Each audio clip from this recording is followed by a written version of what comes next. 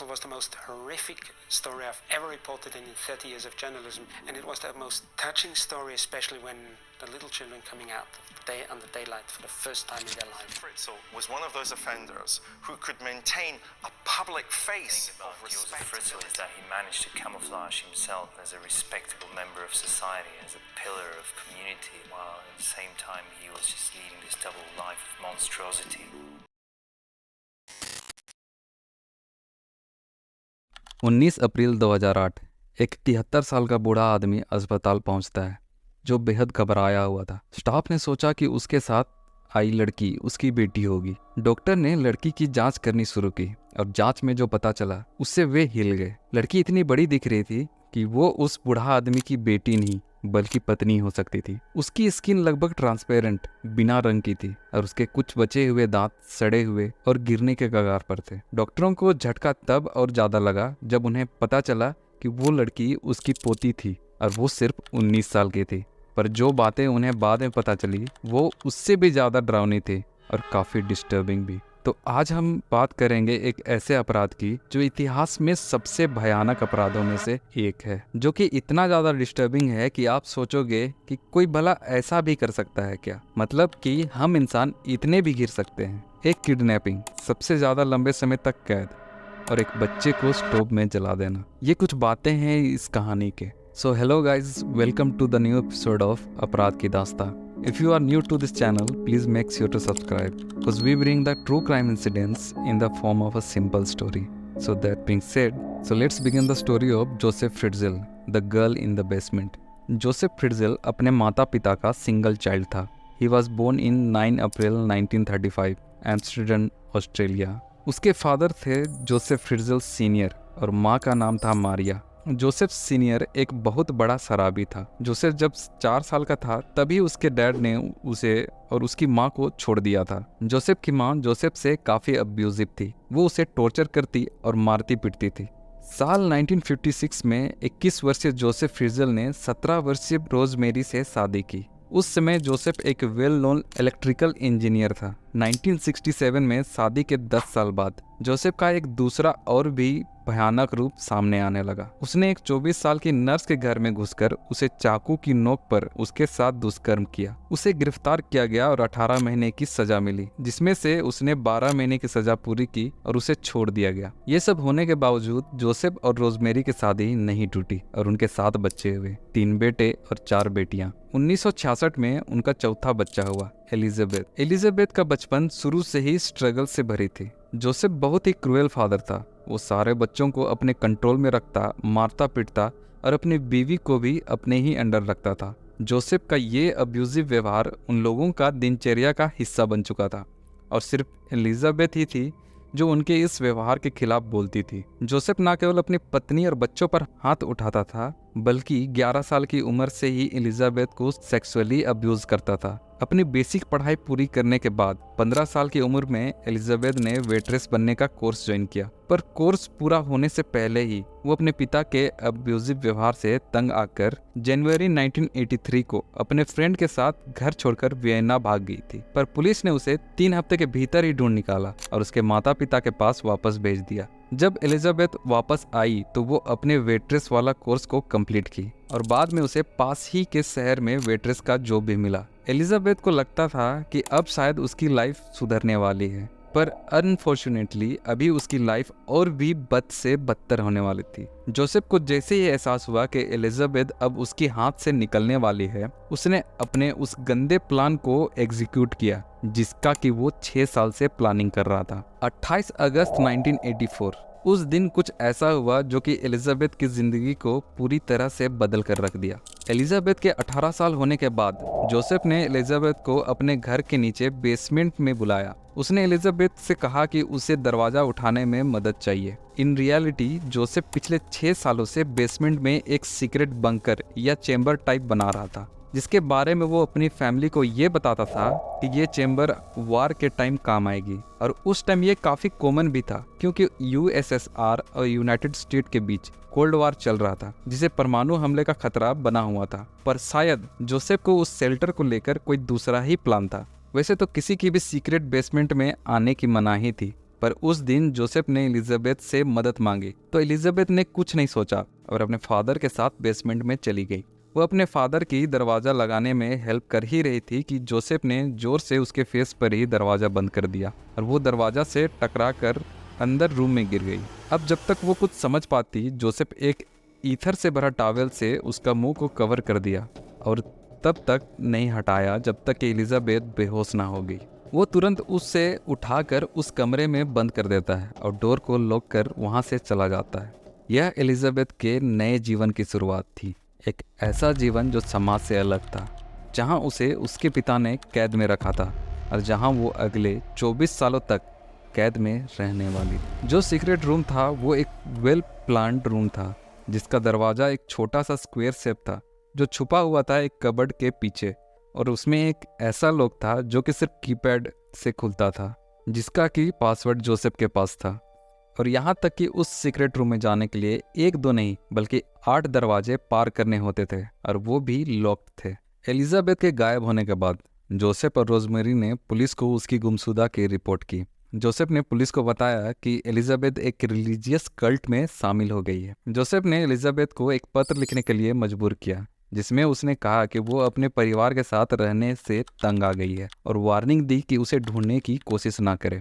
वैसे वो अकेला ऐसा इंसान था जिसे लगता था कि एलिजाबेथ कल्ट्स में इंटरेस्ट रखती थी, जबकि एलिजाबेथ के फ्रेंड और उसके माँ को ऐसा बिल्कुल भी नहीं लगता, क्योंकि एलिजाबेथ पहले भी घर से भागी थी। तो पुलिस को भी ये विश्वास हो गया था कि एलिजाबेथ सही में घर छोड़कर चली गई है, इसलिए वो ज़्यादा छानबीन नहीं करते। वो लेटर जिसे जोसेफ ने एलिजाबेथ से ज़बरदस्ती लिखवाया था कि वो हमेशा के लिए घर छोड़कर जा रही है, वो लेटर देखकर पुलिस पूरी तरह से कन्विंस हो जाती है कि एलिजाबेथ घर छोड़ के चली गई है और वो जोसेफ के कहने पर केस क्लोज कर देते हैं। इधर जोसेफ रोज़ एलिजाबेथ को खाने पीने का सामान देने के लिए बेसमेंट जाता है और रोज़ाना उसके साथ करता, किसी किसी दिन तो एक दिन में कई बार। जोसेफ ने बाद में ये स्वीकारा कि वो जो कर रहा था उस गिल्ट को खुद से दूर रखने के लिए करते वक्त वो उसका चेहरा नहीं देखता था। एलिजाबेथ से जोसेफ बहुत कम बात करता था, कई दिन तो बात ही नहीं करता। वो अपना गंदा काम करता और चला जाता। पहले 5 सालों तक जोसेफ बस वही रिपीट कर रहा था और इन 5 सालों में जोसेफ ने उससे ना के बराबर बात किया था। फिर 5 साल के बाद एलिजाबेथ प्रेग्नेंट हुई। पहली बार में एलिजाबेथ काफ़ी डरी हुई थी, कुछ उसे कुछ आइडिया नहीं था और मेडिकल सपोर्ट के नाम पे जोसेफ ने उसे एक गंदा कैंची नाड़ी काटने के लिए और एक 1960 की किताब जिसमें चाइल्ड बर्थ के बारे में लिखा गया था वो दिया। इस दौरान एलिजाबेथ ने आत्महत्या के बारे में सोचा था, लेकिन उसके बच्चे ने उसे जीने की प्रेरणा दी। 24 साल की कैद में एलिजाबेथ ने अपने पिता से 7 बच्चों को जन्म दिया, जिसमें से जोसेफ ने 3 बच्चों को ऊपर दुनिया में अपने फैमिली के साथ रहने के लिए ले गया और कोई सवाल न करे इसके लिए उसने तीनों बच्चों को ऐसा शो किया कि एलिजाबेथ ने उन लोगों को उनके डोर पे एक बास्केट पे रख कर छोड़ दिया है और ज़बरदस्ती एलिजाबेथ से एक चिट्ठी भी लिखवाई जिसमें एलिजाबेथ ने लिखा था कि मैं बच्चों को आप लोगों के हवाले छोड़ रही हूँ क्योंकि मैं इनके रिस्पॉन्सिबिलिटी हैंडल नहीं कर पा रही। और बाकी के बचे हुए बच्चे नीचे बेसमेंट में एलिजाबेथ के साथ थे। 4 बच्चे में से एक बच्चा मिशेल, जिसका जन्म के साथ रेस्पिरेटरी इशू था, वो जन्म के बाद ही मर गया, जबकि बाकी 3 बच्चे क्रिस्टीन, स्टीफन और फेलिक्स बेसमेंट में रहे। एलिजाबेथ बिना मेडिकल अटेंशन के डिलीवरी करने पे मजबूर थी। जब मिशेल मरा था, जोसेफ ने उसकी बॉडी को वही बेसमेंट में ही स्टोव में जला दिया था। जोसेफ ने सोशल वर्कर को भी अपने घर में बुलाया जब उसके घर के सामने बच्चा टोकरी में पड़ा मिलता और जोसेफ उन्हें लेटर दिखाते हुए कहानी बताता ताकि उस पर कोई शक न जाए। पर ऐसा बहुत सारा चीज़ था जिस पे रोजमेरी को डाउट भी होता था। जब दूसरा बच्चा छोड़ा गया था तब रोजमेरी ही थी जिसने उस बच्चे को पहली बार देखा था और बास्केट से उठाया था। उसी के बाद एक अनजान नंबर से फ़ोन आया जिसमें कोई लड़की थी जो बोल रही थी कि मैं एलिजाबेथ हूँ, ऐसे डोर स्टेप पे छोड़ने के लिए माफ़ी मांग रही थी। पर रोजमेरी को तुरंत पता चल जाता है कि ये फ़ोन कॉल रिकॉर्डिंग है, इसलिए वो फ़ोन को काट देती है। फिर तुरंत बाद फिर से रिंग आता है, वो फिर से कॉल उठाती है, उसमें अभी भी वही बात रिपीट हो रही थी और ये सब वो सोशल वर्कर को बताती है कि वे लोग अभी हाल ही में घर का फ़ोन नंबर चेंज किए हैं और इस नंबर के बारे में किसी को नहीं पता, तो कैसे कोई अनजान आदमी कॉल कर सकता है। सिर्फ रोजमेरी ही नहीं, रोजमेरी की बहन भी ये नोटिस करती है कि जोसेफ रोज बेसमेंट में सुबह 9 बजे जाता, ये बोल के कि वो बिल्डिंग के लिए ब्लूप्रिंट बना रहा है अपने क्लाइंट को बेचने के लिए। पर उसने ये सख्त हिदायत दी हुई थी कि कोई भी उसे काम में डिस्टर्ब नहीं करेगा, ना ही कोई बेसमेंट में नीचे जाएगा। फ्रीजल अपने घर को रेंट पर भी देता था, जो कि डायरेक्टली बेसमेंट के ऊपर था। एक किराएदार ने जोसेफ से शिकायत की कि उसे नीचे से कुछ अजीब सी आवाज़ें सुनाई देती है, पर जोसेफ उसे ये आश्वासन देता है कि बस पाइप्स की आवाज़ है।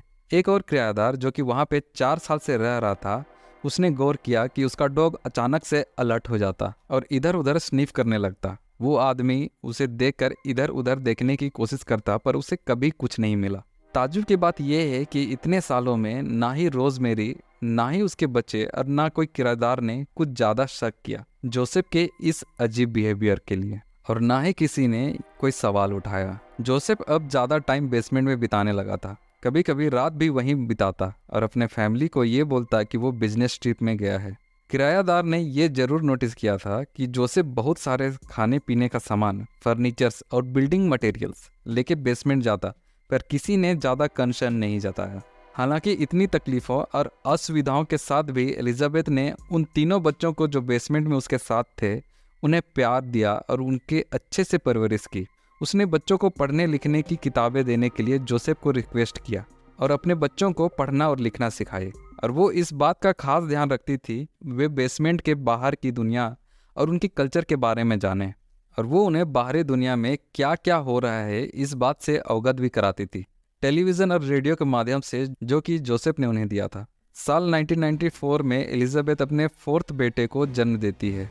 तब जोसेफ ने बेसमेंट को और 50% बढ़ाने का सोचा, और इसके लिए जोसेफ ने एलिजाबेथ के फैमिली को इसकी खुदाई और इसे बनाने का काम दिया। वो उन्हें काम करने पे फोर्स करता था और उन्हें धमकी भी दी थी कि अगर कोई दरवाज़ा को खोलने की कोशिश करेगा तो उन्हें इलेक्ट्रिक शॉक लगेगा, और उसे पता चला तो वो उन चैम्बर पर टॉक्सिक गैस रिलीज कर देगा। वैसे पुलिस ने बाद में ये कंफर्म की थी कि वहाँ पे कोई गैस सप्लाई नहीं था, और जोसेफ ये सब बस उन्हें डराने के लिए बोलता था। जोसेफ एलिजाबेथ और उनके बच्चों को फिजिकली और सेक्सुअली अब्यूज़ करता था जब वो उसकी बात नहीं मानते थे। वो बेसमेंट का पावर कई दिनों तक कट कर देता और कई दिनों तक खाना नहीं देता था। 380 स्क्वायर फीट का प्रिजन अब 590 स्क्वायर फीट का हो चुका था। बेसमेंट बड़ा था, वहाँ अब 16 फुट की पतली कॉरिडोर, एक स्टोरेज एरिया और 3 छोटे चैम्बर थे जो कि कनेक्टेड थे एक नैरो पैसेज से, और 2 स्लीपिंग रूम जिसमें कि बेड भी था, एक बाथरूम और एक कुकिंग एरिया भी था। सीलिंग इतनी छोटी थी कि वो सिर्फ 5 फीट 6 इंच की थी और कहीं कहीं 6 फीट तक जाती थी। स्टीफन जो कि 5 फीट 8 इंच का हुआ, उसे वॉकिंग प्रॉब्लम होती थी और लगभग सारे लोग के कंधे सीलिंग की कम हाइट के कारण झुके हुए थे। अब 19 अप्रैल 2008 को कुछ ऐसा हुआ जिसके सिर्फ एक सप्ताह बाद एलिजाबेथ और उसके बच्चे फ्री होने वाले थे। एक दिन एलिजाबेथ की 19 साल की बेटी क्रिस्टीन बेहोश होकर ज़मीन पर गिर गई। एलिजाबेथ ने जोसेफ से रिक्वेस्ट किया कि मेडिकल ट्रीटमेंट जरूरी है, प्लीज़ इसे कोई हॉस्पिटल ले जाओ।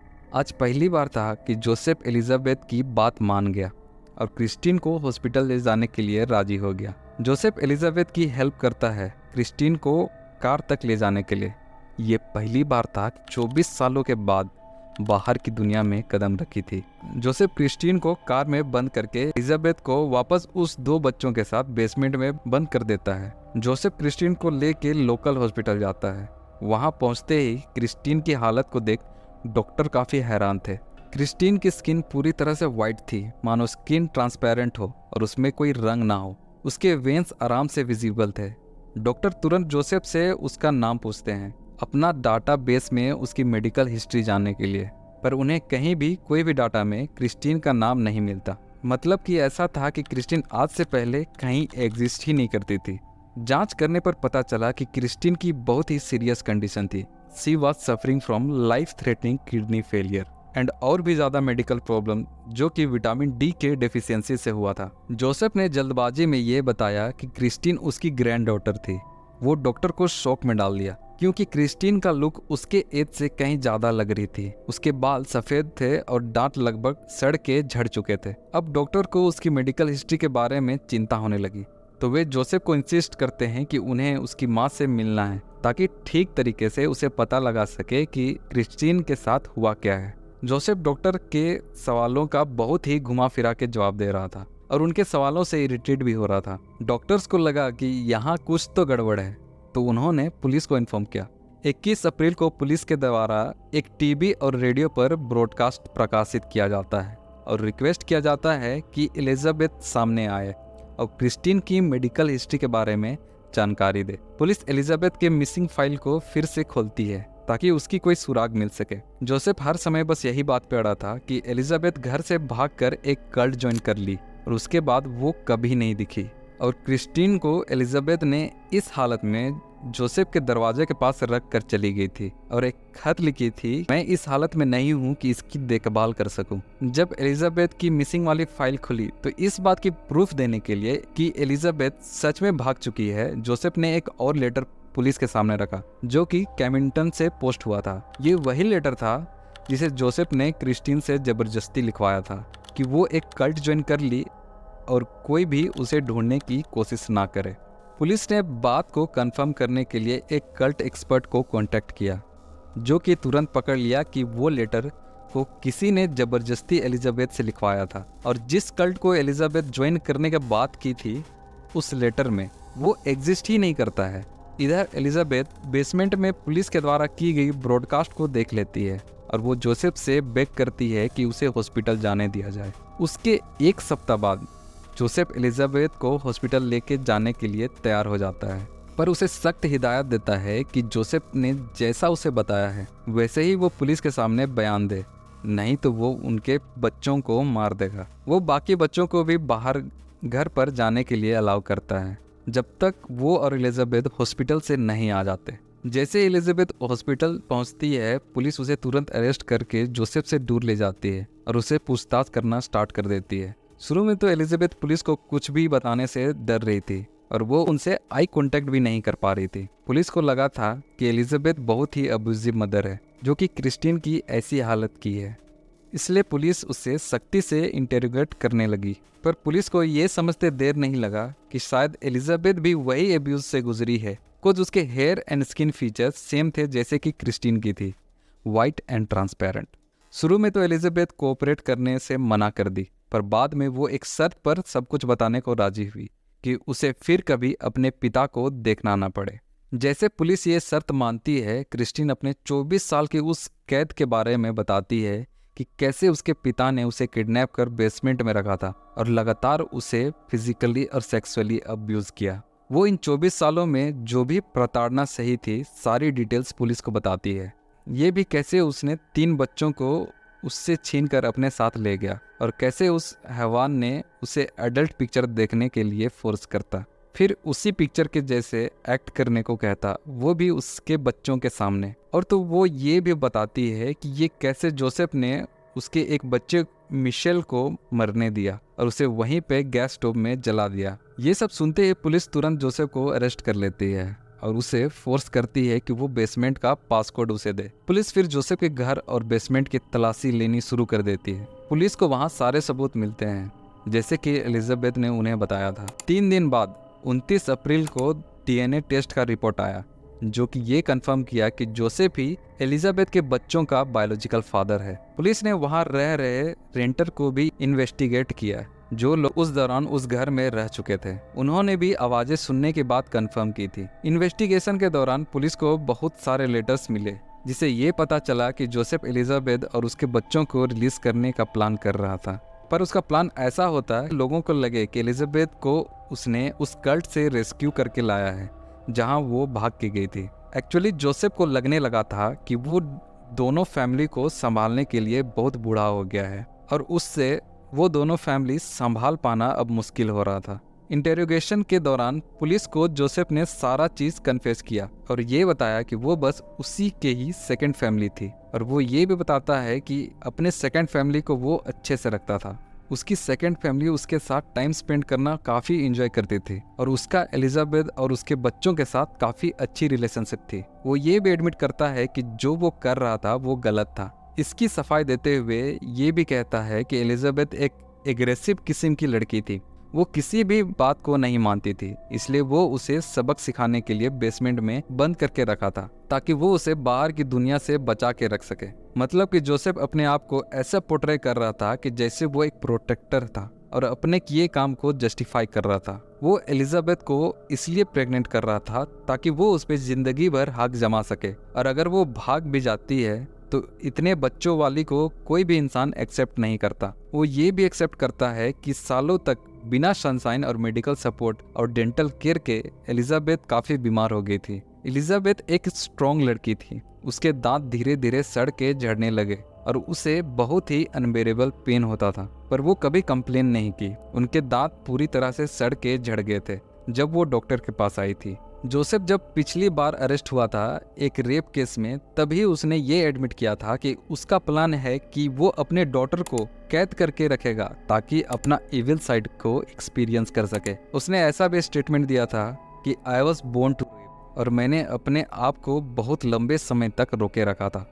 एनालिस्ट जब जोसेफ को स्टडी करते हैं तो उन्हें जोसेफ का इस तरह से बिहेवियर के होने का कारण उन्हें जोसेफ की माँ और उसके अब्यूसिव बिहेवियर लगता है। उसकी माँ उसे तब तक मारती थी जब तक उसका खून निकल नहीं जाता और उसे ऑफन शैतान से कंपेयर करती थी, पर जब वो बूढ़ी हुई तो सिचुएशन रिवर्स हो गया। अब जोसेफ उसे मारता था और जोसेफ ने अपनी माँ को भी लॉक कर दिया था और सबको ये बोला था कि उसकी माँ मर चुकी है। तो पुलिस को लगता है कि जोसेफ ने अपनी माँ को भी लगभग 20 साल तक कैद करके रखा होगा जब तक कि उसकी माँ एक्चुअली में मर नहीं गई। जुलाई 2008 में जोसेफ को लापरवाही से हत्या करने के जुर्म में 10 साल, रेप और फॉल्स इम्प्रिजनमेंट और किडनैपिंग के लिए 20 साल की सजा सुनाई। बाद में ट्रायल्स के दौरान जब एलिजाबेथ ने अपने बयान दिया और कोर्ट को ये डेमोन्स्ट्रेट किया कि उस बेसमेंट की हाइट कितनी थी और उसमें हमेशा नमी रहती थी और चारों तरफ फफूंद से भरा था और बहुत ही बदबूदार स्मेल आती रहती थी। कोर्ट ने लगभग 11 घंटे का टेप रिकॉर्ड को देखा जो कि एलिजाबेथ की टेस्टिमनी थी, पर वो इतना भयावह था कि इसे एक बार में 2 घंटे से ज्यादा देख ही नहीं पाते थे। एलिजाबेथ का भाई भी अपने फादर के खिलाफ गवाही देता है कि वो कितना अब्यूजिव था, पर जोसेफ की वाइफ और बेसमेंट के दूसरे बच्चे गवाही देने से इनकार कर देते हैं। एलिजाबेथ ट्रायल के दौरान अपना फेस ढक करके कोर्ट अटेंड करती थी। कुछ ये सब जो हुआ था उसके साथ, उसके लिए वो एक बुक लिखने का सोच रही थी, पर जोसेफ उसे कोर्ट में पहचान जाता है और जैसे ही उसे कोर्ट में देखता है वो टूट जाता है और रोने लगता है और जज के सामने अपने सारे गुनाहों को कबूल कर लेता है। उसे उम्र कैद की सजा होती है जिसमें उसे 15 साल बाद पैरोल मिलता। जोसेफ बोलता है कि वो अपील नहीं करेगा। जब कोर्ट की सुनवाई खत्म हुई, एलिजाबेथ को अपने बच्चों के साथ रहने के लिए एक नया घर दिया गया। सारे बच्चों को ट्रीटमेंट और थेरेपी से गुजरना पड़ा ताकि वो अपने साथ घटे उस ट्रॉमा से बाहर निकल पाए। बिना सनशाइन और फ्रेश एयर के उनके जेनेटिक में भी बदलाव हो गए थे और बेसमेंट के सीलिंग छोटी होने के कारण उनके बॉडी में भी चेंजेस आ गई थी। उनके कंधे झुके हुए थे जो कि कभी ठीक नहीं हो सकता। एलिजाबेथ अपने तीनों बच्चों को अपनी ग्रैंडमदर से टाइम टू टाइम विजिट करने को अलाउ करती, पर वो खुद कभी नहीं मिलने जाती क्योंकि कहीं ना कहीं एलिजाबेथ को लगता है कि उसकी माँ को सब कुछ पता था कि उसके घर में क्या चल रहा है, पर उसने कभी सवाल नहीं किया और ना ही कोर्ट में गवाही दी। पर जैसे वक्त गुजरा वो अपनी माँ को माफ कर चुकी है और अभी उसके साथ रिश्ते सुधर गए हैं। 2013 में जोसेफ के उस बेसमेंट को कंक्रीट से भरवा दिया गया। उसके बाद उस घर को बेच दिया गया। अभी वहाँ पे एक अपार्टमेंट बन चुका है। जोसेफ को एक स्पेशल प्रिजन में रखा गया जहाँ ऐसे कैदियों को रखा जाता है जो कि बहुत ही ज़्यादा डेंजरस क्राइम करते हैं और जो लोग क्रिमिनल माइंडेड होते हैं। बाद में जोसेफ ने अपना नाम जोसेफ फ्रिट्जिल से जोसेफ मेयरहोफ रख लिया। इसका कारण बताया जाता है कि वो प्रिजन में फाइट में पड़ गया था जिसके फाइट के दौरान उसकी दांत भी टूट गई थी। एक ब्रिटिश जर्नलिस्ट मार्क पेरी ने फ्रिट्जिल का इंटरव्यू लिया जिसमें उसने बताया कि जोसेफ को अपने किए पर एक भी शर्मिंदा नहीं है और उसने जोसेफ को कोट करते हुए ये स्टेटमेंट दिया कि हमें और लोगों के बेसमेंट को चेक करना चाहिए, क्या पता कोई एलिजाबेथ फिर से कहीं कैद होगी। हम लोग बस इमेजिन कर सकते हैं कि एलिजाबेथ और उनके बच्चों के साथ उस बेसमेंट में 24 साल तक क्या क्या गुजरी होगी, पर एक्चुअल में जो वो सही है वो हम बयां भी नहीं कर सकते। उनके बच्चों ने तो 24 साल तक सूरज की रोशनी भी नहीं देखी थी, ना फ्रेश और ना ही बारिश को कभी एक्सपीरियंस किया था। ये सोच के ही डर लगता है कि कैसे कोई इंसान अपनी ही बेटी के साथ ऐसा कर सकता है। क्या माइंडसेट रहा होगा उस जालिम इंसान का जिसे एक बार भी अपनी बेटी पर दया नहीं आया। ना ही उन बच्चों पर। मुझे तो ताजुब इस बात की है कि इतने सालों तक जोसेफ एलिजाबेथ को कैद करके रखा, पर उसकी माँ को इसकी भनक तक नहीं लगी। ऐसा कैसे हो सकता है? आपको क्या लगता है? क्या उसकी माँ को पता नहीं था, या फिर वो सब कुछ जानकर भी अनजान बनी हुई थी? इस पर अपने विचार हमें कमेंट पर जरूर बताएं। And thank you so much for watching this video. I hope कि आप सब अपने घर पे अच्छे होंगे। और अगर ये वीडियो आपको अच्छा लगा तो प्लीज़ वीडियो को लाइक और चैनल को सब्सक्राइब जरूर करें। इससे हमें बहुत ही ज़्यादा मोटिवेशन मिलती है। तो मिलते हैं किसी नए कहानी के साथ। Till then bye and take care.